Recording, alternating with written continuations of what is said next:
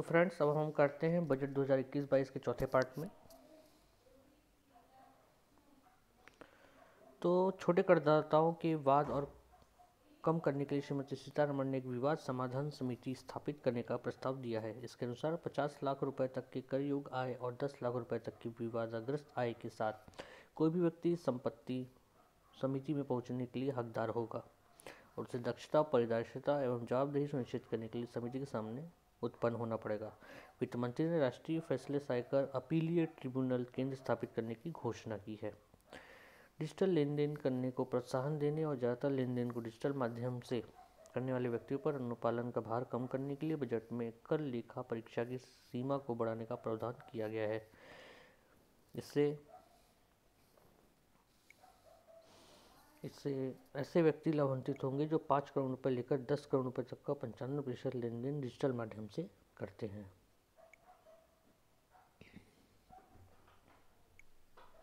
विनिर्माण के क्षेत्र में विदेशी निवेश को आकर्षित करने के लिए बजट में निजी निधि नियम के व्यय से जुड़ी स्थितियों, वाणिज्यिक गतिविधियों के प्रतिबंधों और विनिर्माण से सीधे निवेश से जुड़े नियमों को सरल बनाकर राहत प्रदान की गई है।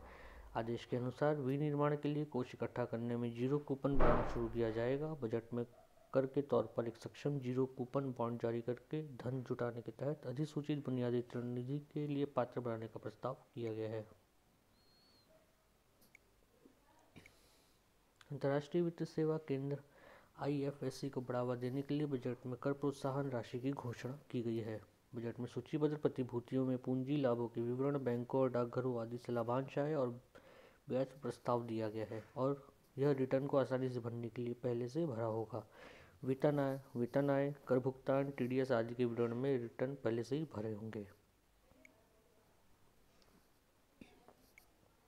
शैक्षणिक संस्थान और अस्पताल चलाने वाले छोटे चैरिटेबल न्यासों पर आयकर का भार कम करने के लिए बजट में राहत की घोषणा की गई है। इसके तहत 1 करोड़ रुपए से लेकर 5 करोड़ रुपए तक की वार्षिक लेखा प्रविष्टियों पर राहत की सीमा बढ़ाने का प्रावधान किया गया है। अप्रत्यक्ष कर प्रस्तावों के मुद्दे पे मंत्री महोदया ने कहा कि पिछले कुछ महीनों में रिकॉर्ड GST संग्रह किया गया है। उन्होंने कहा कि GST को भविष्य में और सरल बनाने के लिए कई उपाय किए गए हैं।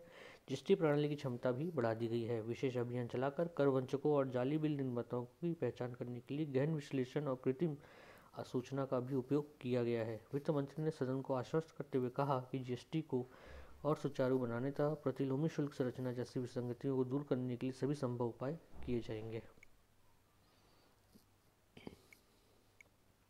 सीमा शुल्क नीति के संबंध में वित्त मंत्री ने कहा कि घरेलू विनिर्माण को बढ़ावा देने और भारत को वैश्विक मूल्य श्रृंखला में शामिल करने और अधिक निर्यात को सहायता देने के लिए सीमा शुल्क नीति के 2 उद्देश्य। नंबर 1, उन्होंने कहा कि अब कच्ची सामग्रियों की सुलभता एवं मूल्य संवर्धित उत्पादनों के निर्यात को आसान बनाने पर जोर दिया जाएगा। इस संदर्भ को उन्होंने इस वर्ष 400 से अधिक पुरानी रियायतों को समीक्षा करने का प्रस्ताव दिया। उन्होंने कहा कि इस पर सरकार व्यापक रूप से परामर्श करेगी और 1 अक्टूबर 2021 से विकृतियों से मुक्त संशोधित सीमा शुल्क संरचना स्थापित की जाएगी। उन्होंने प्रस्ताव दिया कि अब से सीमा शुल्क में कोई नई रियायत इसके जारी होने की तिथि से 2 वर्षों के बाद 31 मार्च तक व्यय होगी।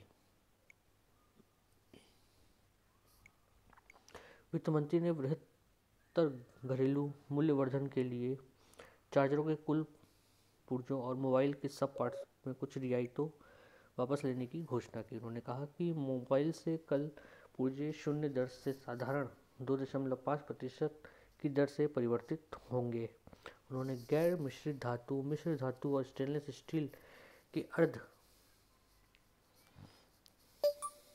लंबे सीमा शुल्क पर एक समान रूप से 7.5 कम करने की घोषणा की। कच्चे माल की आवकों से मनुष्य निर्मित टेक्सटाइल पर युक्तिसंगत शुल्क की आवश्यकता पर जोर देते हुए वित्त मंत्री ने नायलॉन श्रृंखला को पॉलिस्टर और मानव निर्मित अन्य देशों के बराबर लाने के साथ साथ कैप्रोलैक्टम नायलॉन चिप्स और नायलॉन फाइबर तथा धागे पर BCT दरों को एक समान रूप से घटाकर 5% करने की घोषणा की है।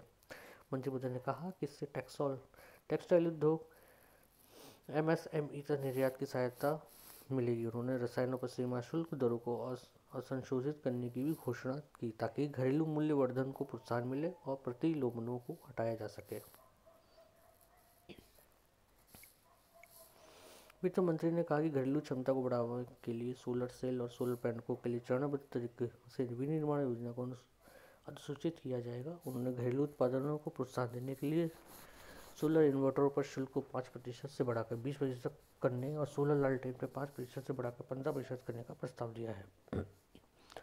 वित्त मंत्री अपने बजट भाषण में कहा कि देश में भारी पूंजीगत उपसर्ग का घरेलू रूप से विनिर्माण करने की अपार संभावना है और इस संबंध में दर संरचना की यथासमय विस्तार से समीक्षा की जाएगी। हालांकि उन्होंने टनल बोरिंग मशीन और कुछ ऑटो पार्ट्स सहित कुछ सामानों पर शीघ्रता से शुल्क दरों में संशोधन किया है। बजट में एमएसएमई को लाभ देने के लिए कुछ बदलावों को भी प्रस्ताव किया गया है, जिनमें स्टील क्रू और प्लास्टिक बिल्डर वेयर पर शुल्क को 10% से बढ़ाकर 15% करने का प्रस्ताव दिया है। इसके अलावा परिधान, चमड़ा और हस्तशिल्प के निर्यातकों को प्रोत्साहन देने के लिए शुल्क मुक्त वस्तुओं के निर्यात पर छूट को युक्तिसंगत बनाया जाएगा।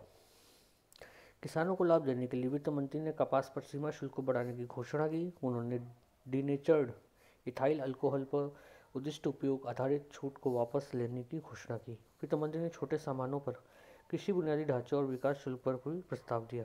उन्होंने कहा कि उपकर को लागू करते समय हमने अधिकांश मदोपभोक्ता पर अधिक बोझ न डालने की तरफ विशेष रूप से ध्यान दिया है।